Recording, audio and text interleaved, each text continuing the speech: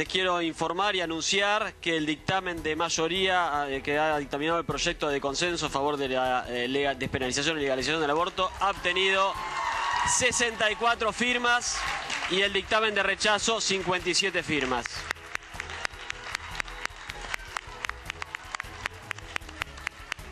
La posibilidad de haber tenido un debate respetuoso, con absoluta libertad, donde todas las posiciones han sido escuchadas, donde hubo más de 100 horas, creo, de posturas, de distintos argumentos a favor, en contra, donde los legisladores tienen plena independencia y autonomía para poder votar según sus convicciones. Tanto la mañana, la noche como la tarde, fue unánime a favor de tomar el colegio hasta el jueves, hasta que termine la sesión de diputados, entendiendo que muchas veces la única visibilización que tenemos los estudiantes es mediante las tomas, tristemente. Los datos económicos, los datos de empleo, los datos que tienen que ver con todo lo que afecta a los sectores más vulnerables de nuestra sociedad, se van afectando y cada vez son más angustiantes. Por lo tanto, lo que hemos decidido en el día de hoy es declarar el día 25 un paro de actividades por 24 horas sin movilización. Convocamos para el próximo día 14 de junio a un paro con movilizaciones, con abandono de tareas, una jornada de lucha en la que vamos a confluir a partir de las 16 horas en un acto en Plaza de Mayo. Aquellos jóvenes que empiezan a delinquir, sobre ellos queremos enfocarnos, sobre ellos queremos trabajar en esta cárcel, porque no queremos detenidos encerrados en pabellones sin hacer nada todo el día, porque eso no es bueno ni para ellos ni para la sociedad cuando salen, porque queremos detenidos que puedan tener realmente una segunda oportunidad para no volver a cometer delitos.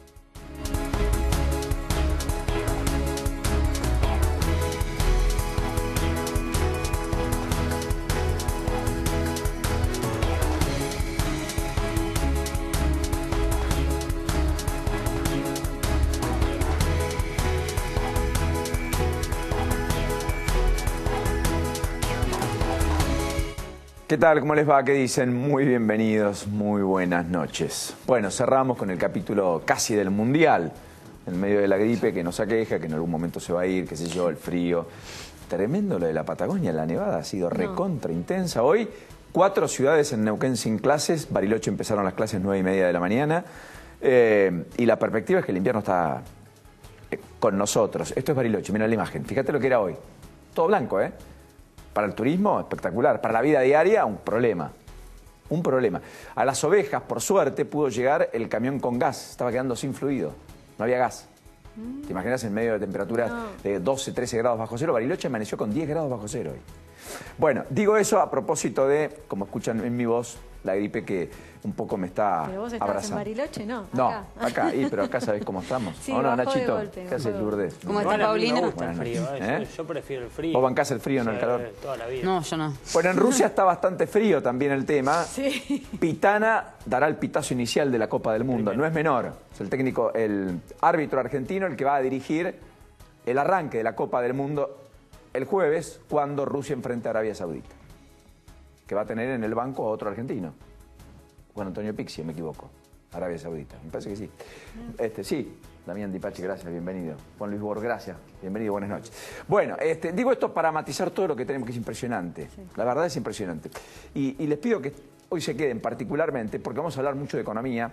Hoy el dólar volvió a ser protagonista porque el central, después de que dijo que iba a haber una flotación limpia, terminó por intervenir en el mercado, gastar casi 700 millones de dólares para que el dólar casi quede estable en torno a 26.50, más allá de que terminó apenas por debajo de los 26.40. Pero la tasa la tuvo que mantener el central en 40%, altísima. Mañana tiene un desafío enorme para renovar 900 millones de dólares en letras nominadas en dólares, que hay que ver cuánto le renuevan y si le renuevan todo y a qué tasa al propio gobierno. Es un test para Caputo no menor en el plano interno. Y porque además estamos en la antesala de conocer el jueves el dato de inflación, finalmente de mayo, cuál es la aceleración real que han tenido los precios, más allá de que la mayoría de los precios nuevos, fruto de la devaluación de mayo están en junio, este mes que estamos transitando, y que ha generado todo este caldo de cultivo para lo que es uno de los primeros grandes títulos políticamente hablando, Nacho, que es la confirmación de que con la CGT se rompió el diálogo y la CGT anunció el paro para el 25 de junio, paro nacional, un día lunes. Sí, hay que decir que el gobierno no quiso ceder, Paulino. La CGT había pedido ganancias, la exhibición de ganancias en el medio aguinaldo, el gobierno no quiso ceder. Había pedido también el tema de los despidos, que el gobierno se comprometiera a no despedir o a prohibir los despidos, algo que Macri ya había vetado y que no había forma de negociar. Se había hablado de la posibilidad de que el gobierno convocara a los gremios cada 15 días para revisar cuántos despidos sector por sector hubo. Bueno, de ninguna manera aceptaron los gremios, seguían, digamos, una postura muy firme. Te cuento la cronología de todo. Hoy, reunión de gabinete, sale Marcos Peña, le preguntamos: ¿qué van a llevar a la mesa de negociaciones al mediodía con la CGT? Dijo, bueno, no, por respeto, nosotros vamos a ir, después se va a comunicar lo que queremos ofrecer a los gremios, pero no vamos a dar precisiones por respeto. Bueno, le preguntamos por ganancias y lo iban a incluir, también esquivó con el mismo argumento. 11:50, o sea, 10 minutos de que comenzara la reunión en el Ministerio de Trabajo, porque eso también hay que decirlo. Primero que era en Casa Rosada, después que era en el Ministerio de Trabajo, nadie comunicaba nada, nadie informaba oficialmente. Muy acostumbrados, lamentablemente, a que el Ministerio de Trabajo se maneje así. En materia de comunicación había una desorganización brutal. 10 minutos antes de que arrancara la reunión, Schmidt avisó de que no iba a ir y ahí automáticamente el resto de la cúpula de la CGT dijo, no, si no va Schmidt no podemos ir nosotros. Obviamente quisieron evitar una fractura. Se retiraron todos, avisaron a Triaca que no iban a participar de la reunión y automáticamente le avisaron que iban a convocar un paro. En el gobierno rápidamente salieron a difundir. Nosotros no fuimos los que suspendimos la reunión porque, también hay que decirlo, los gremios le comentaban a los periodistas que cubren el sector, le decían, la canceló el gobierno la reunión. No, la reunión la cancelaron los gremios, por esto que te conté. Bueno, finalmente se confirmó luego más tarde de que va al paro. Tuvieron el gesto, entre comillas, con el gobierno de no hacerlo el mismo día que el paro de Moyano, que eso era la gran preocupación del gobierno. El gobierno le quedan 2 semanas, creen todavía o tienen mínima esperanza de poder frenarlo. La verdad que yo lo veo muy difícil. Es impresionante la cronología que les hace Nacho, porque al mismo tiempo que Nacho cuenta todo esto, hay que tener en consideración 2 cosas. Primero, Schmidt es el hombre de Moyano dentro de la CGT, o por lo menos el más cercano dentro de ese triunvirato, que también está compuesto por Acuña y por Héctor Daer. En ambos casos, más cercanos a Barrio Nuevo o en todo caso al peronismo más dialoguista. Y esto se da en el mismo día en el cual Pichetto introduce en el Senado un proyecto para quitar el pago del impuesto a las ganancias del medio aguinaldo, que era uno de los reclamos de la CGT, como dando lugar y plafón a esa discusión, para habilitarla. Y por otro lado, Moyano ratificando el paro del jueves y el resto de los gremios subiéndose al tren de Moyano, la transversalidad, los más cercanos a el kirchnerismo, en la CTA de Yasky, como ustedes veían, pero también Micheli, los docentes en la provincia de Buenos Aires, los trabajadores de la salud. Esta es la foto, digamos, sin ir más lejos, de aquellos que acompañan el colectivo del paro del próximo jueves, que tendrá, sí, a diferencia de lo que Moyano dijo ayer, un acto central en Plaza de Mayo a las 4 de la tarde. Moyano dijo, no habrá movilización, tampoco piquetes, tampoco acto central. Bueno, acto central habrá. Y ese acto será a las 4 en Plaza de Mayo. Claro, tal vez empujado por la CTA, ¿no es cierto? Muy probable. Más que por Moyano. Muy probable. Y desconozco si no va a haber paros, pero da la impresión, si no va a haber piquetes, eso digo, movilización, etcétera, da la impresión que sí. Definitivamente. Ahí está Baradero en primera plana, etcétera.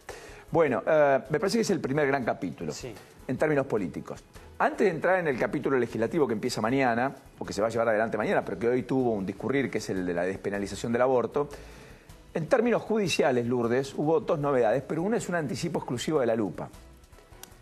Tiene que ver con una causa en donde el involucrado es el Indio Solari, y exactamente cuál es la determinación judicial que mañana todo el mundo, o pasado, probablemente conozca, pero que hoy anticipa Lourdes Marchese. A ver, tiene que ver con una causa, ¿se acuerdan del recital que se llevó a cabo en Olavarría, si no recuerdo mal, donde, bueno, hubo algunos problemas? Sí. A raíz de eso hubo varias denuncias contra el Indio Solari, una de ellas fue en la Justicia Federal. La Justicia Federal empezó a investigarlo a él y a la productora que estaba con él por una cuestión de lavado de activos. El fiscal Delgado realizó todas las medidas de prueba habidas y por haber y pidió informes a la FIP, llamó a testimoniales. La propia FIP cuando se presenta lo que le dice al fiscal Federico Delgado es, mire, acá sí se denota que el Indio Solari lo que buscó fue evadir el impuesto al valor agregado, conocido como el IVA. Entonces, ¿qué dice el fiscal Delgado y qué es lo que le va a pedir o que le acaba de pedir al juez Canicoba Corral en esta causa? Que decline la competencia al fuero en lo penal económico.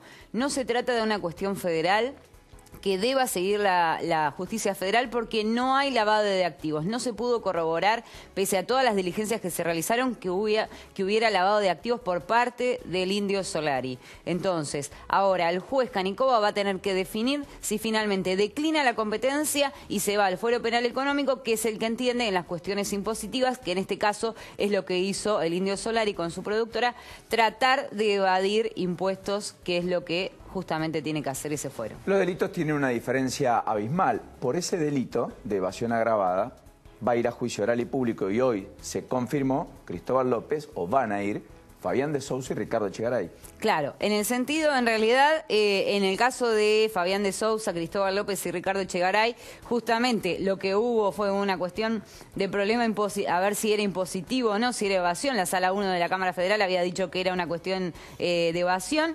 Y finalmente Casación volvió a lo mismo que había dicho el juez Cercolini, que se trataba de una defraudación al Estado.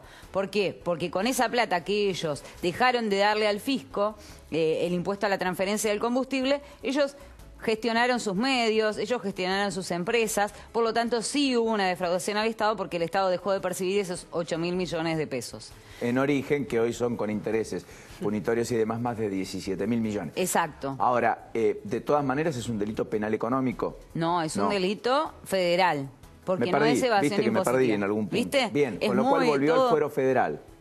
Está en el fuero federal y va a ser juzgado por la justicia federal. Así es, por defraudación al Estado, y hoy el juez Cercolini finalmente cerró la instrucción y decidió enviar a juicio oral y público a Cristóbal López, a Fabián de Sousa y a Ricardo Echegaray, y además de eso pidió hacer una extracción de testimonios para que se siga investigando a otros imputados que pueden estar en la causa. A todo esto hoy se reunió, el mediodía fantástico, Lourdes, se reunió Cambiemos en la ciudad.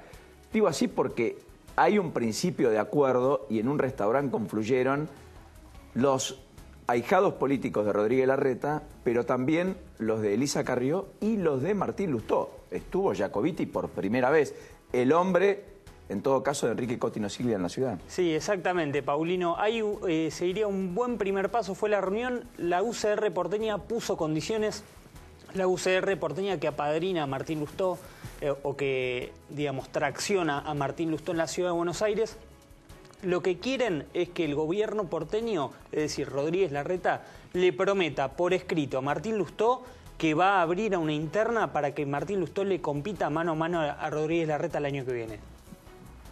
Con lo cual, definitivamente, es todo un gesto y un cambio dentro del área del gobierno de la ciudad y demuestra una apertura, me parece, imbuido de la necesidad de engordar Cambiemos, no de reducirlo. Sí, y me parece que es lo que no ha hecho el gobierno a nivel nacional, pero que Rodríguez Larreta ve que tiene que hacer en la ciudad, ¿o me equivoco? Rodríguez Larreta le va a dar la interna, se lo va a prometer y yo creo que más temprano que tarde va a estar ese acuerdo. Me parece que también va a haber un proceso en el que cada uno siente las bases de los temas coyunturales fundamentales y creo que va a haber acuerdo. Impecable, Nacho. Bueno, ¿todo esto sigue lloviendo? No. Sigue lloviendo, hay alguna precipitación leve que va a continuar durante todo el día de mañana, así que el miércoles también va a haber probabilidad de tormenta, lluvias aisladas, no, pero sí va a estar feo como el día de hoy. Después va a ir mejorando, pero las temperaturas van a ir descendiendo, va a haber tanto frío, no como en Bariloche y el sur de nuestro país, pero sí vamos a estar en temperaturas de 4 grados y máximas de 10, así que a cuidarse, a abrigarse, y si no, si tienen nana, se quedan en casa y miran Canal 26 y sobre todo La Lupa, que los vamos a informar muy bien. En un ratito nos vamos a meter de lleno con la cuestión de la despenalización del aborto que obtuvo dictamen. Va a ser discutido mañana después del mediodía en una plaza que va a estar, en términos de seguridad, prácticamente dividida en dos. La Plaza del Congreso, de un lado estarán los que van a manifestarse a favor, del otro los que van a manifestarse en contra de que la ley se convierta en ley. Vamos a hablar de todo lo que esto genera. Vamos a contar casi el minuto a minuto de lo que está pasando a esta hora en la Cámara de Diputados, donde está la lupa centrada básicamente en aquellos indecisos, que hasta aquí no se han expresado, aunque por lo bajo, varios de los propios ya están dejando traslucir cómo van a manifestarse. Y por eso hay cierto clima de algarabía en aquellos que acompañan la idea de la despenalización del aborto. No es definitivo, pero por primera vez hoy sintieron que esa discusión les puede ser favorable. Lo que hace un mes prácticamente era solo una ilusión. O posible. Ni siquiera probable. Hoy es altamente probable. Y las razones las vamos a contar en un ratito. Pero antes, gracias a los dos por estar. ¿El dólar, el techo es 26.50 o el mercado imagina que el dólar puede llegar a 28, 29 y por eso, si el central no interviene, el dólar sigue subiendo, pese al acuerdo del fondo, los 50.000 millones y todo eso, Juan? Mira, el dólar tenía un techo de 25 hasta hace un tiempo, básicamente porque tenías el Banco Nación vendiendo, antes el Banco Central, luego el Banco Nación vendiendo, vendía 300 millones por día. Luego el Central salió, o sea, después del acuerdo con el fondo, se saca el techo ese, se libera unos días. El Central anuncia una flotación sucia interviniendo, bueno, cuando sea necesario, no queda muy claro el mecanismo. Y bueno, hoy de pronto interviene vendiendo casi 700 millones de dólares. En realidad lo que está haciendo yo creo, lo que está haciendo el mercado es, bueno, no hay, tratando de descubrir la política que hay detrás, la política cambiaria que tiene el Banco Central, yo diría que no está clara, al menos, porque si vos anunciás que, bueno, no intervengo, puedo llegar a intervenir y de pronto intervenís de vez en cuando, es una política que hasta ahora debería tener más claridad. Y el segundo punto es que, bueno, este año hay un faltante de dólares, en parte por el agro. Faltan la sequía, digamos. Claro, son 6-7 mil millones de dólares, es mucha plata. Hay un cronograma para los agricultores que, digamos, están esperando que todos los meses le bajen medio punto las retenciones. Entonces eso, si uno puede aguantar, espera. La soja en la silobolsa, digamos. Espera. Entonces vos tenés una serie de elementos que hacen a política económica, eventualmente errores de política económica, eventualmente mala suerte, los 7.000 millones que se perdieron de la cosecha. Y tenés un clima donde no tenés clara la política del Banco Central, con un en fin, déficit externo enorme que requiere, bueno, entre otras cosas, un tipo de cambio alto, correcciones fiscales fuertes, que está todo en proceso. Así que, bueno, yo diría que hoy en día no está claro que el tipo de cambio que vaya a quedarse a 25, 26 o 28. Está más probable de que esto vaya moviéndose para arriba, cerca de inflación, un poquito por arriba, un poquito por debajo de inflación. Simplemente hacer la cuenta que 26.40, que es el tipo de cambio de hoy, o 26.35, lo que sea el tipo de cambio libre, con la inflación de aquí a diciembre es un número que se acerca a 29.50, 30, simplemente con inflación, porque tenés una inflación muy alta. Argentina tiene una inflación alta. O sea, más que el dólar lo que mirás es la inflación. Porque, digamos, en el fondo vos estás viendo si se va a atrasar otra vez o se va a adelantar el tipo de cambio. Y yo creo que ahí lo que también el gobierno está viendo es que justamente detener el tipo de cambio es una forma otra vez de que no dispare la inflación. ¿Por qué? Porque hay varias variables que empiezan a moverse. En principio, la nafta está retrasada.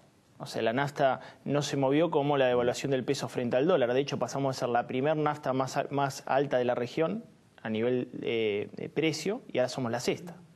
Y por otra parte, cómo te va pegando en esa inflación del periodo la evolución del tipo de cambio. Entonces parece que volvió a la fórmula de antes, cuando el viernes dijo, a esa fórmula no voy a volver, y hay una situación. ¿Qué pasa?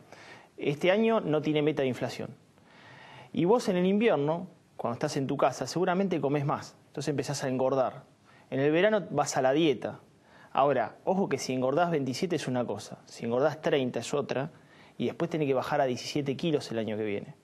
Entonces el gobierno tiene este temor de ver cuánto engordo en el invierno, porque el próximo verano es el año que viene y tiene que bajar a 17, y es mucho.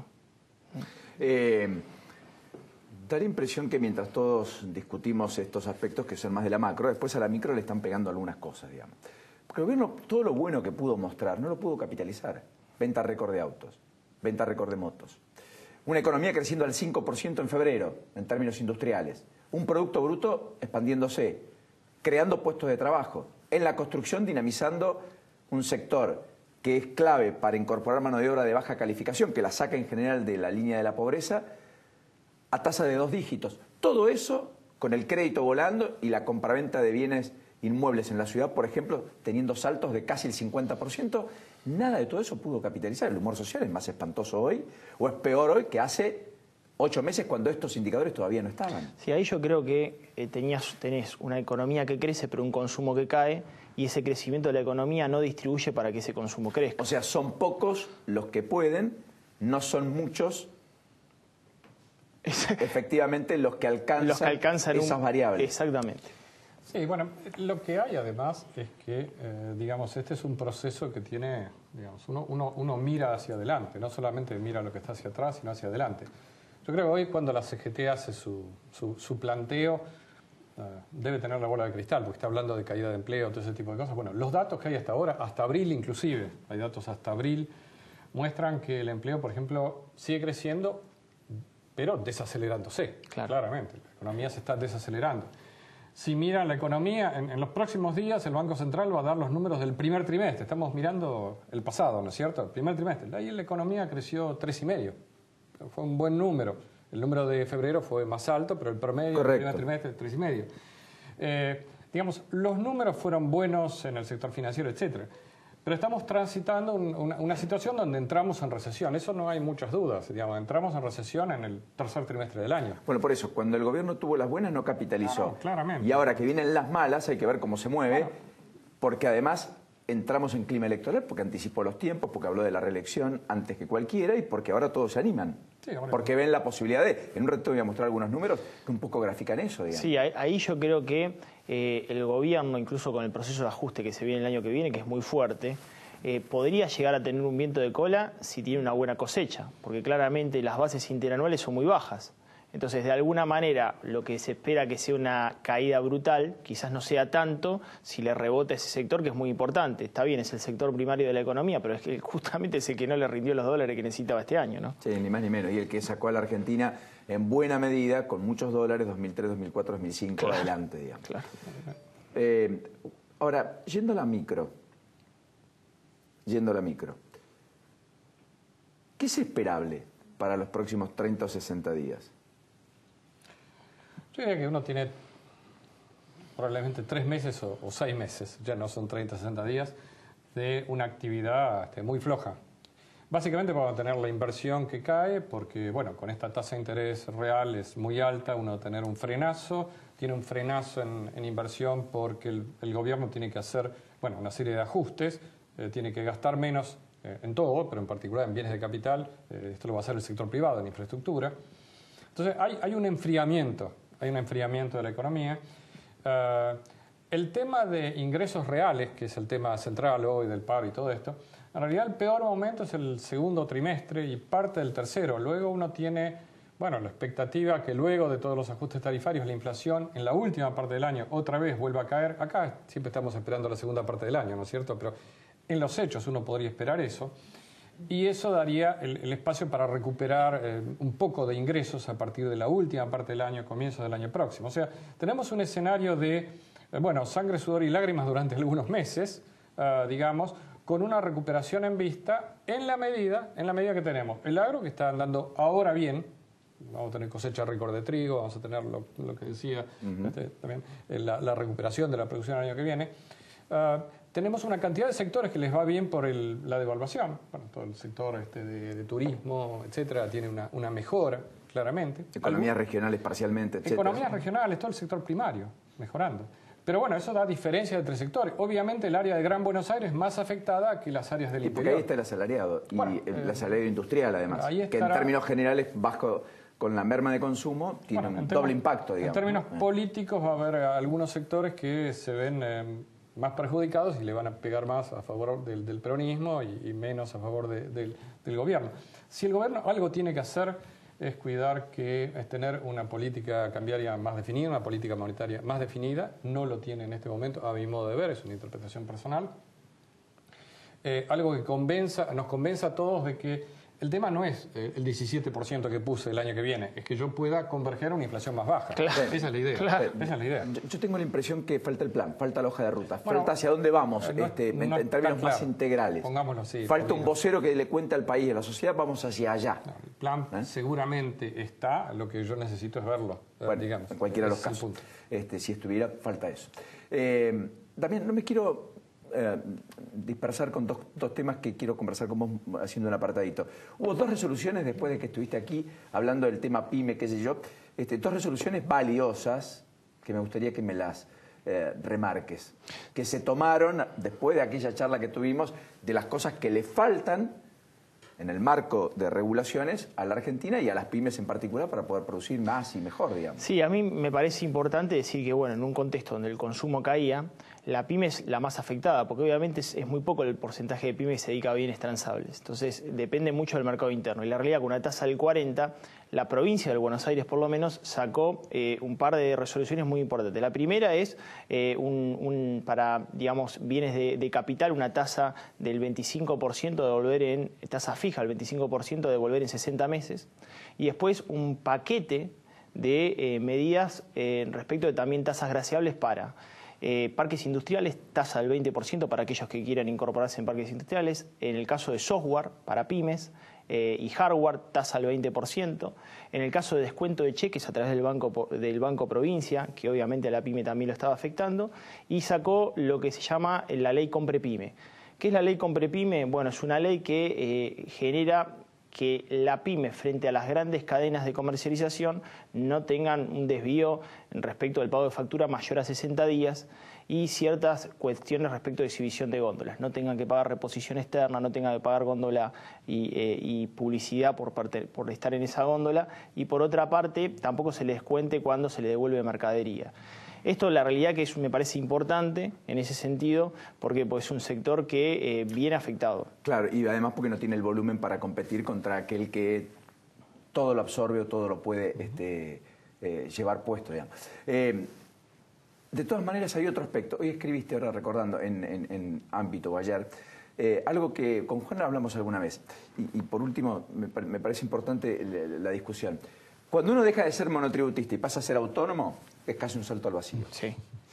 Para las pequeñas y medianas empresas, dejar de ser ni siquiera microemprendedor pasando a ser pyme, también es un salto al vacío. Sí, yo ahí lo que digo es lo siguiente. Mirá, el gobierno tiene una oportunidad histórica.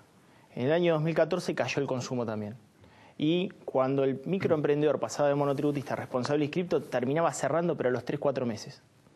¿Qué pasa? Hoy monotributo, mi propuesta es 1.200.000 monotributo. La SAS, que es la Sociedad Autónoma Simplificada, 48 horas, de 1.200.000 a 5 millones, que tenga ganancias del 20%, que pague un ingresos brutos diferencial y que en el caso de servicios que no pueden descontar el IVA tengan un IVA diferencial. ¿Qué pasa? Ese salto es mucho más gradual, se asimila de diferente forma y estamos en un contexto de caída del consumo, es decir, le vas a generar 35% de ganancia, 21% de IVA, ingresos brutos más tasas municipales más provinciales a una economía que en esa pyme le rebota mal, le caen las ventas y vos le subís el tributo, la fundís en 6 meses. O sea, es una especie de cóctel explosivo. Claro. Ahora, la Argentina es un cóctel explosivo. A todo esto, en el ajuste, y por último, la idea de bajar impuestos quedó en el olvido. La principal baja de impuestos va a venir por si baja la inflación algún día, en primer lugar. Eso, la contribución principal de todo este programa es que van a dejar de financiar al Tesoro, el Banco Central deja de financiar al Tesoro. Baja de impuestos en un contexto en que uno tiene que bajar el déficit y además tiene que mantener ciertos gastos subiendo, que son los gastos sociales, de pensiones, etcétera. Y yo te digo que va a ser difícil por lo menos por 1 o 2 años.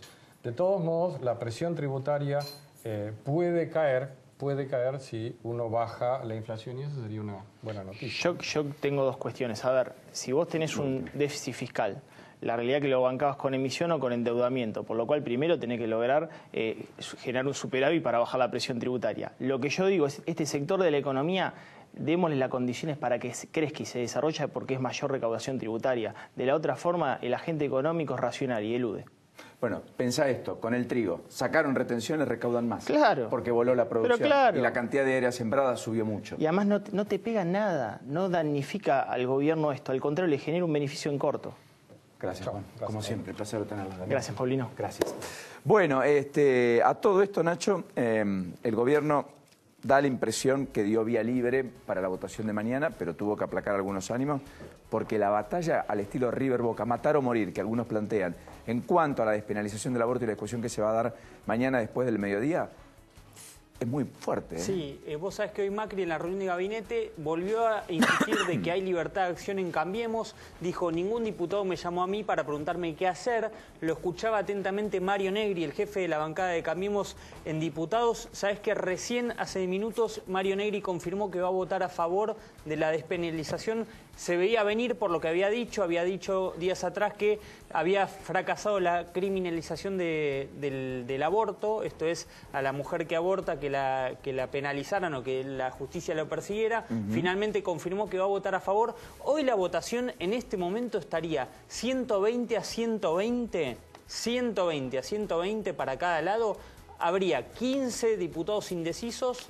Recordemos que no está Julio De Vido, que sería el 256, y el 257 es Emilio Monzó, que debería desempatar.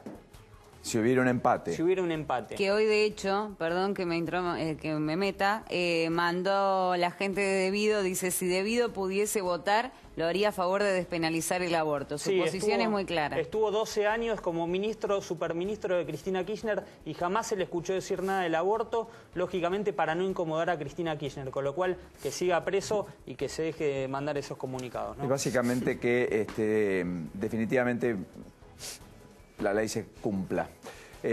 Lo de Vido es muy sintomático, ¿no? Es un manotazo ahogado, como el de Cristina. Sí, ahora, acá, hoy, la discusión, hoy, te diría que está más a favor que en contra, por lo que acaba de contar Nacho.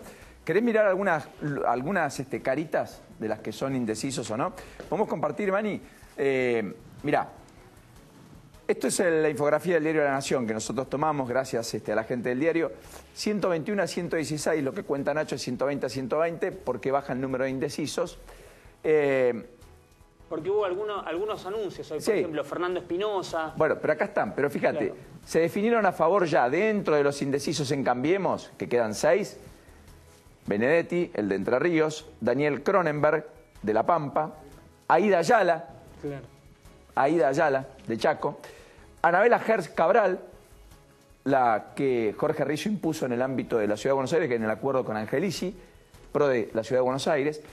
Restan Alejandro García de Capital, Álvaro González, Facundo Garretón, que está más inclinado a votar a favor de la despenalización que otra cosa y que ha denunciado presiones de aquellos que quieren que no voten a favor de la despenalización, José Luis Ricardo, que en principio votaría en contra de San Luis, Héctor Stefani, de Tierra del Fuego, y Mario Negri, que como cuenta Nacho ya se definió, y se definió como Benedetti, Cronenberg, Aida Ayala, Hertz Cabral, o sea, a favor de la despenalización.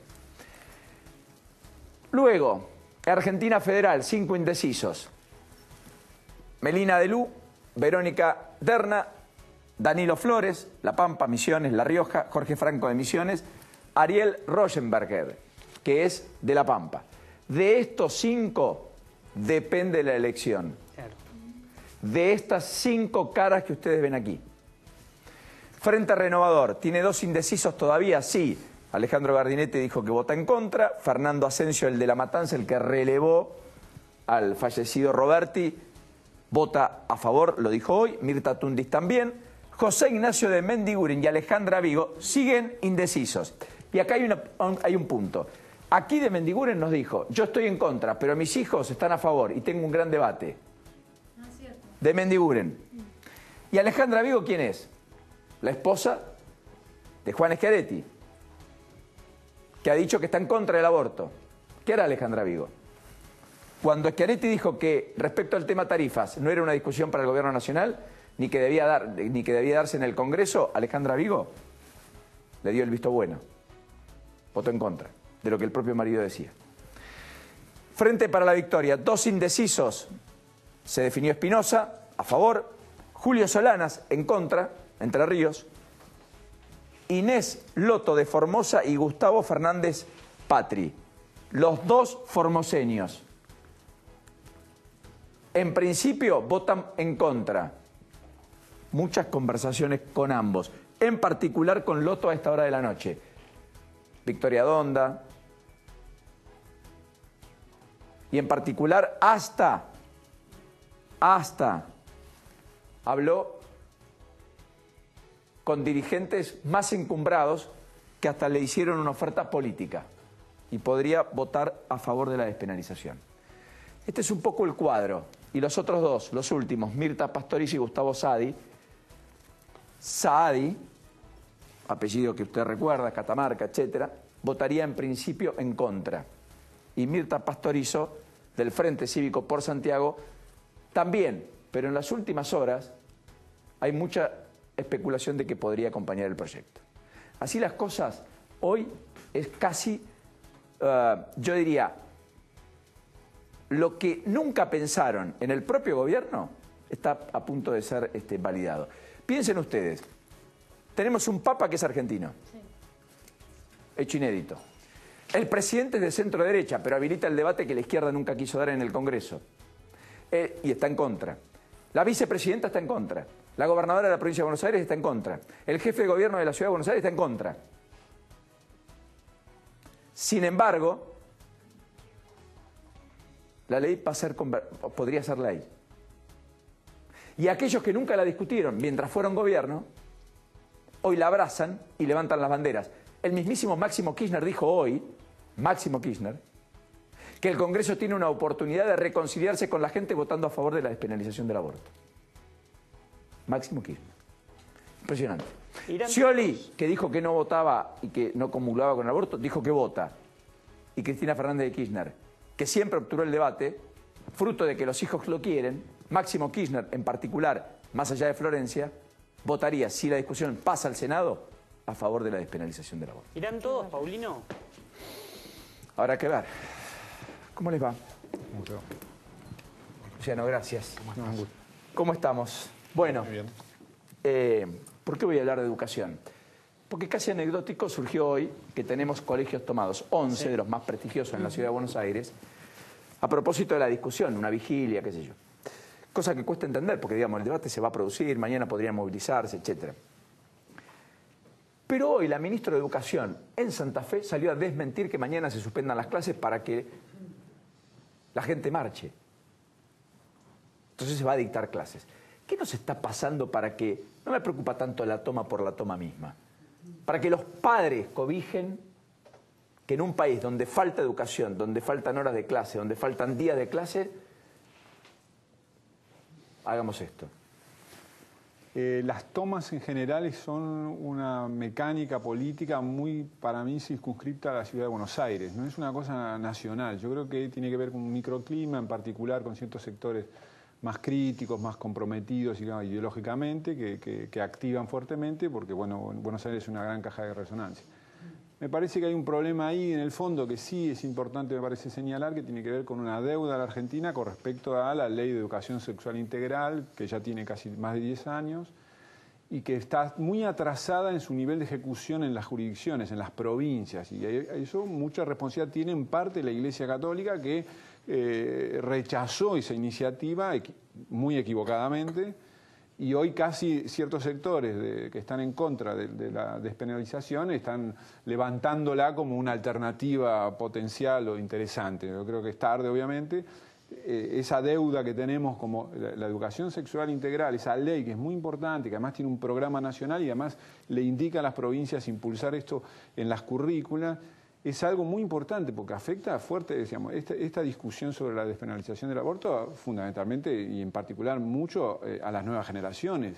Impacta en una sociedad donde la sexualidad se ha abierto, un tema que es muy importante porque es constitutiva de los sujetos, o sea, la educación tiene que hacer frente a ese tema y me parece que en ese sentido esto que pasa en la ciudad en particular se magnifica quizá, está bien, no es en todo el país, pero me parece que hay que señalar eso y es importante que los jóvenes discutan esto. Yo no estoy de acuerdo con la mecánica de la toma, me parece que obtura la posibilidad de hacer un gran debate en la escuela sobre el tema. Porque, por supuesto, seguramente muchos chicos no van a la escuela y se pierde tiempo en una oportunidad de discutir este tema. Ahora, Álvaro Stronge, yo pensaba esto también, porque digo, acá lo ideal es, salga como salga el número de la votación, sea ley o no lo sea, sí está claro que algo hay que hacer, que es un tema que vamos a tener que concientizar mucho más, que hay que evitar la decisión del aborto por todos los medios, para lo cual hay que llegar antes. La pregunta es, ¿por qué el sistema educativo no está generando ese caldo de cultivo para que tengamos una buena educación sexual? ¿Es solo porque no se lo imprime o porque estamos fallando ya en lo más elemental? Empiezo por el final. Estamos fallando en lo más elemental. A ver, si nos ponemos un marco de situación, la Argentina no aprende. Los últimos resultados de la prueba Aprender indican en las clases sociales más bajas esta cifra catastrófica. El 90% no resuelve un ejercicio de matemáticas, el 60% no comprende lo que lee. Nivel socioeconómico más bajo. En el nivel promedio, el 70% no resuelve un ejercicio de matemáticas, alrededor del 40% no comprende lo que lee. Entonces, si estamos frente a este problema tan crucial y hablamos de educación sexual, y coincido absolutamente con lo que se acaba de decir, es necesario comprendamos los argentinos que tenemos un problema mayúsculo que excede este problema puntual, que es toma de colegios, necesidad de educación sexual en el reclamo. Pero lo que estamos fallando es que este es el principal derecho otorgado por una sociedad mundial que lo hizo después de la Guerra Mundial. Declaración de los Derechos del Hombre, derecho a la educación. Constitución de la Argentina, fíjense en la inteligencia, habla de derecho de aprender. 1857. Que es mucho más importante. Es mucho. Hoy educación es aprender. Y frente a estos números que acabo de relatar y que se conjugan con la información de los exámenes internacionales, PISA, regionales, PIRS, los que miramos, ¿cómo es posible que la sociedad argentina no reacciona frente a este problema educativo y frente además a esta desigualdad, esta injusticia educativa? ¿Cómo es posible que la gente que peor está tenga la peor educación? Claro, ahora, ¿por qué cree que esto pasa? ¿Perdón? Porque esto tiene un porqué. ¿Por qué está pasando esto? Que los chicos les va mal en las pruebas, que, o sea, viene de un factor mucho mayor al que uno puede ver, que los chicos van al colegio y no aprenden. Esto tiene un antecedente que podés medir en estas evaluaciones internacionales. Desde el año 2000 la Argentina no mejora.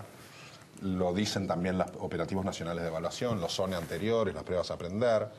Pero yo creo que esencialmente esto no está visto por la sociedad. La sociedad no reclama, no reclamamos.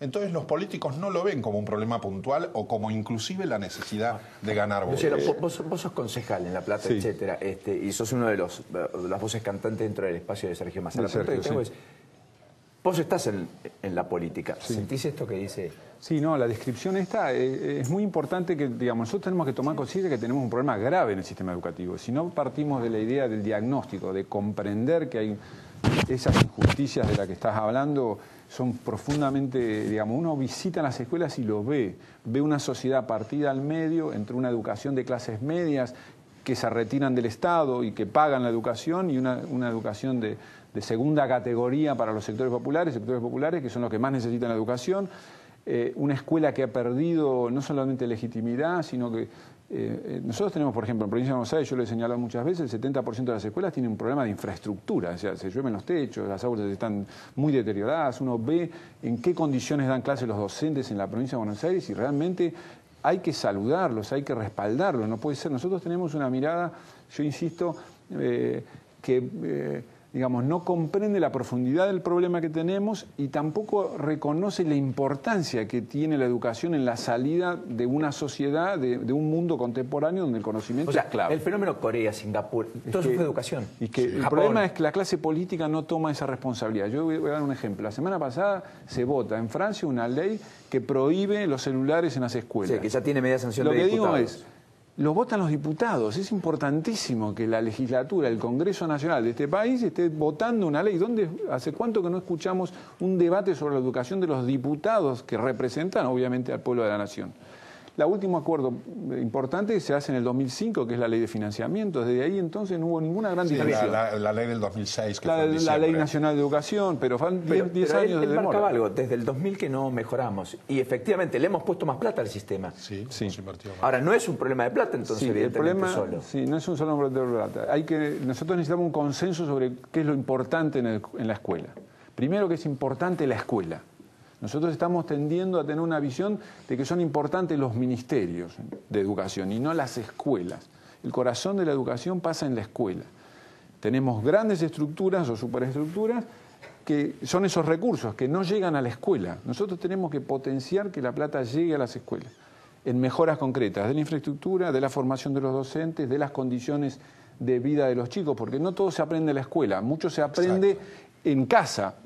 Los sectores medios, bajos hoy no pueden hacer eso, de ayudar a sus chicos, porque las tareas escolares se hacen fuera de la escuela. Es muy importante lo que hacen las familias. Bueno, hay que ayudar a las familias. Y el padre no está. Y el padre no está, los dos trabajan, o hay un solo padre. A ver, si nosotros empezamos por el comienzo, la educación es amor, la educación deriva de ese verbo amar, por hacer mejor a nuestros hijos, a nuestros seres queridos. Y la verdad que esa socialización primaria la tiene la familia. La educación no se puede tercerizar y delegar y dejar al chico en una fábrica, que es una escuela, para que lo eduque. E inclusive todo nuevas tecnologías, todo lo que tenemos hoy ante un cambio de vida, implica un cambio de educación. Entonces yo estoy de acuerdo que hay que apoyar a la escuela y la escuela es un corazón.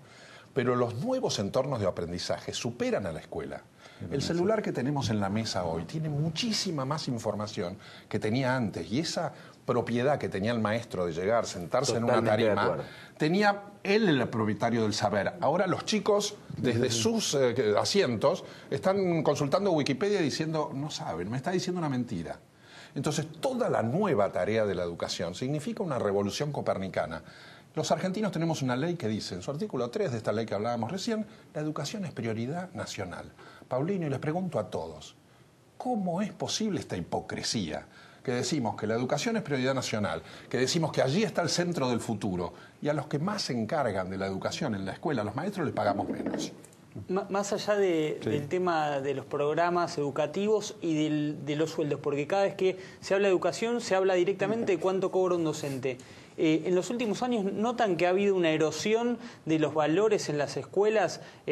Antes un docente tenía un eje más allá de lo programático, de lo educativo. Ahora el docente es repudiado por los padres, es analizado por los chicos, por los padres, es juzgado por las autoridades a veces. Sí, por las condiciones y por las decisiones que toma dentro del aula. Está todo en análisis. Lo único que no está en análisis son las libertades de los chicos para tomar un colegio. Eso pareciera que está bien visto por todos. Sí, ojo con eso. Digamos, esa sociedad horizontal que vivimos cada vez más, donde se impugna la autoridad, es común en todo el mundo y tiene que ver mucho con esa transformación tecnológica. Estamos muy accesibles todos a todos y nos exponemos mucho, entonces eso bajó obviamente esas distancias. Esa biblioteca ambulante que es un celular le quita esa legitimidad al saber del docente. O sea, hay una revolución. Ahora, los países en este contexto de esta revolución están tomando decisiones importantes para, digamos, enfocar y resolver este problema. Un ejemplo, en Canadá los equipos docentes se constituyen en cada escuela. El director de la escuela selecciona a los docentes. Toma un docente, hace una prueba, una evaluación, el equipo directivo de la escuela, y lo pone frente al curso. A los 2 años lo evalúa y ahí recién lo confirma, y cada 5 años lo evalúa el equipo directivo de cada escuela. Situación absolutamente inadmisible en Argentina. En Argentina eso es toda una revolución. No tiene poder de casi ninguna designación de poder, le hemos quitado ese poder. Entonces, tenemos que resolver, o sea, hay que hacer cambios, digo, digamos, hay que tomar decisiones. Ahora, esas decisiones las tiene que tomar la clase política, no la pueden tomar las partes del sistema, porque no la pueden tomar los alumnos, no la pueden tomar solo los gremios. ¿Quiénes representan al pueblo, es decir, a la familia? Los diputados y senadores. Nosotros tenemos que dar un gran debate sobre los 4 ejes sobre el cual reconstruir esa escuela que Argentina tuvo, obviamente, para el siglo XIX, que fue una maravilla. Ahora hay que pensarla de vuelta para el siglo XXI.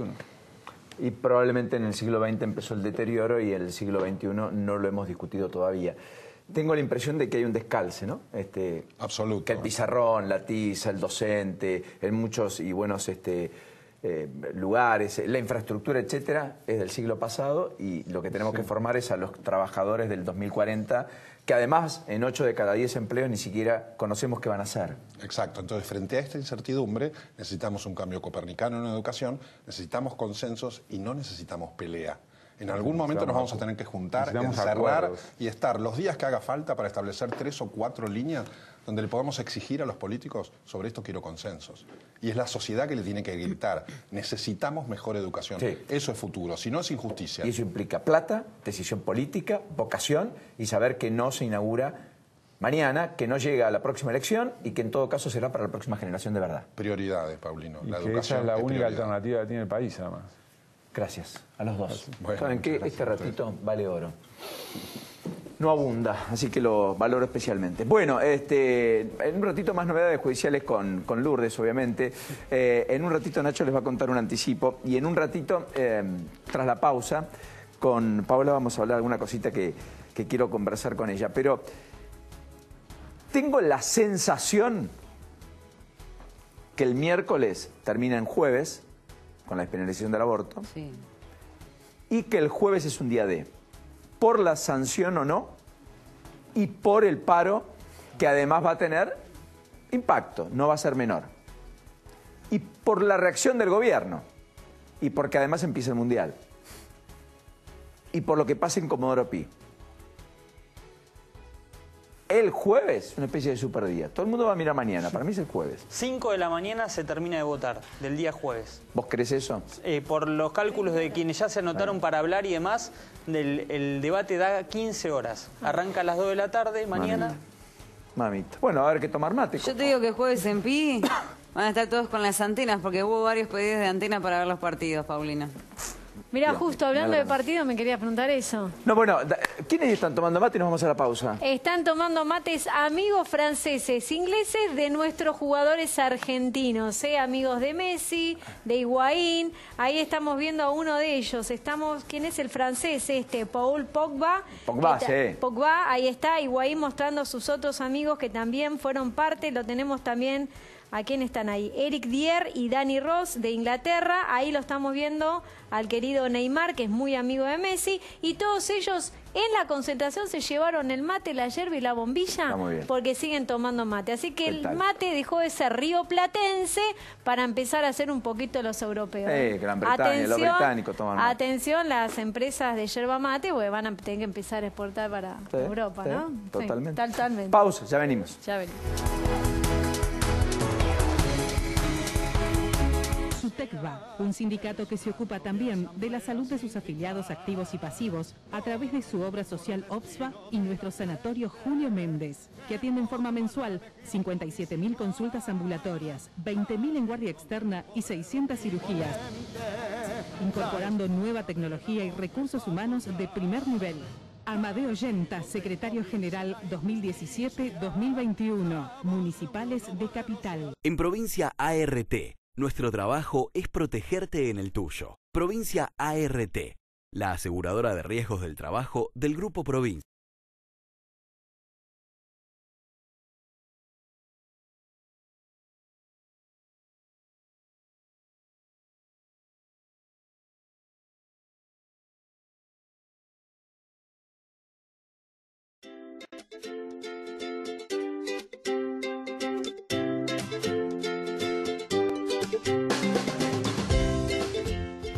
Donde el agua fluye desde el corazón de las montañas, donde los sabores y los afectos se encuentran, una tierra que celebra los vínculos.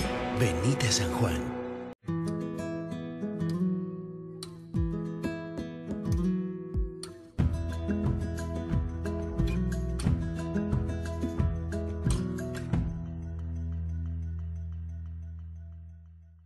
Telecentro te trae el mejor combo. Wi-Fi Zone con miles de puntos de conexión, 30 megas Wi-Fi para tu casa. Además, telefonía fija con 2.500 minutos libres. Y como si fuera poco, más de 60 canales HD. ¿Querés más? Convertimos todas las teles en Smart con acceso directo para ver Netflix, YouTube, Telecentro Play.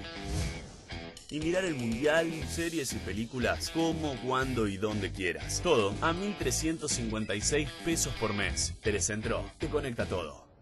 Aprovecha la super promo maníaca y compra esta semana el panel Donovan Rack colgante a 2.350 pesos. Con Manía Muebles, jugá de local, que el mundial se vea en tu casa.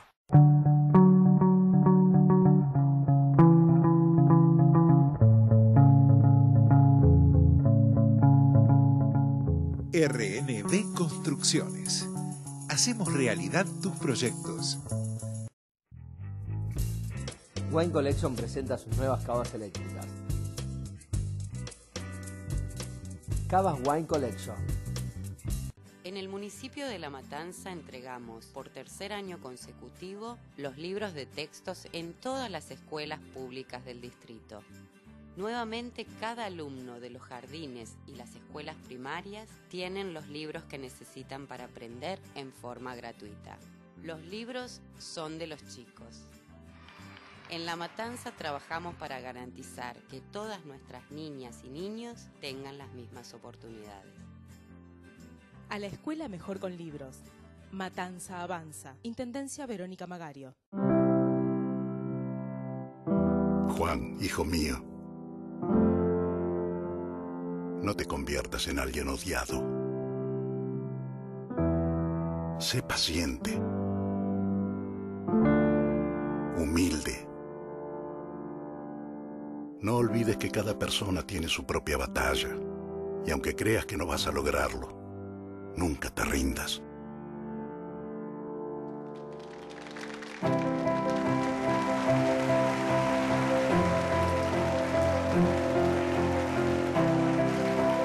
Lo mejor de vos queda para siempre. Un seguro de vida también. Prudential. Seguros para las personas.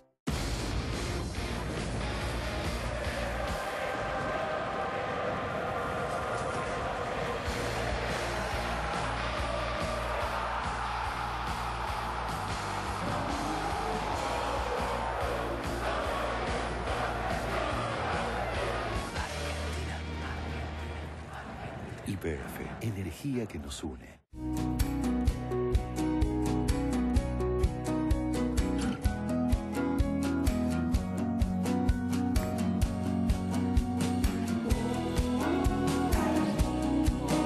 Estar bien es lo primero. Galeno. Play, la nueva TV Telecentro. Mirá lo que quieras, cuando quieras y donde quieras. Con Telecentro Play, tu Ecosmart te permite volver a empezar a ver un programa que está en vivo o bien disfrutar de las últimas 24 horas de televisión, ver películas, series, grabar tu programa favorito y mucho más. Ya sabes, si sos cliente, actívalo ya mismo en telecentroplay.com.ar o bien llama al 6380-0000 y por 1.356 pesos por mes te llevas el pack HD gratis por 6 meses y 6 meses al 50%. Porque Telecentro te conecta todo. Definitivamente. Bueno, una cosita del tema de la despenalización del aborto. ¿Qué resolvió un juez en La Plata? Sí, el juez Adolfo Gamino Zulú lo que hizo fue rechazar una medida presentada por la Fundación Agencia Interamericana del Derecho a la Vida contra una decisión de la Universidad de La Plata de dar una cátedra libre para estudiantes de ciencias médicas y de recursos humanos que hablaba del tema aborto. ¿Qué es lo que le dijo el juez? La verdad que yo no encuentro que haya peligro en la demora, que haya algún daño. De hecho, los estudiantes no están obligados a concurrir porque justamente es una cátedra libre que se creó por la presidencia de la universidad. Por lo tanto, se mantiene la cátedra libre. Por lo tanto, sí. Nacho, ¿podemos compartir algunos, pimponeando en la despedida, algunos datos de la consultora Elipsis? Sinopsis. Sinopsis, Elipsis es la económica. ¿Podemos mirar algunas placas? ¿Cómo no? Mirá. Fíjate, Pavo. Foto estática del gobierno, junio, recién terminada. Negativa y positiva. La brecha, 18 puntos. Está en el piso. Está en el piso. Evolución de los últimos 18 meses. En el piso de imagen, vos fíjate que tiene 29,1 de positiva, o sea, es el piso, y la negativa 47,9. Había estado peor en julio de 2017, antes de las elecciones legislativas, había rozado los 44 puntos de negativa. Después finalmente revirtió esa tendencia, ¿no? Correcto, que es esta imagen que está acá. Ahora fíjense, en el escenario electoral, septiembre, octubre y noviembre, en noviembre 51,6 después de la victoria, 47,4 el mes de la elección. Y acá la brecha era 22 puntos favorable. Ahora la brecha son 18 puntos desfavorables. En 8 meses dinamitó mucho capital político. Me parece que es descriptivo, ¿no? Es una encuesta de Sinopsis. En cualquiera de los casos, de todas maneras, contra quien lo midas a Macri hoy, si las elecciones fueran hoy, también lo mide la consultora, le gana cualquiera. Claro. Mirá, si fueran hoy, ganaría Cambiemos. Miremos la otra placa donde están, si es que llegamos los... esta es la... Bueno, el kirchnerismo, Alternativa Nueva, Cambiemos. ¿Cuál es el problema que se le plantea a Cambiemos acá? Muy fácil. Que se vaya el kirchnerismo. Uno, que se corra. Que se corra. Dos, Cristina. Que esto se sume. Pero corriéndose Cristina, porque si diera Cristina, el capital de lo verde, entre comillas, se iría un poco para Cambiemos. Ni más ni menos, efectivamente. ¿Nos vemos? Nos vemos. Si Dios quiere, mañana. Si Dios quiere, mañana. Y si podemos mañana, te digo algo de las 7 maravillas argentinas. Se está votando, atención, ¿no? Vamos a votar todos. Después les voy a contar cómo hacer, porque es una buena noticia para compartir mañana. Tenés razón. Nachito, gracias. Lourdes, gracias a vos. Hasta mañana. Hasta mañana. Espero que la gripe me lo permita, qué sé yo. Espero volver. Sí, vas a estar acá fuerte. Sí, por favor, que mañana tenemos...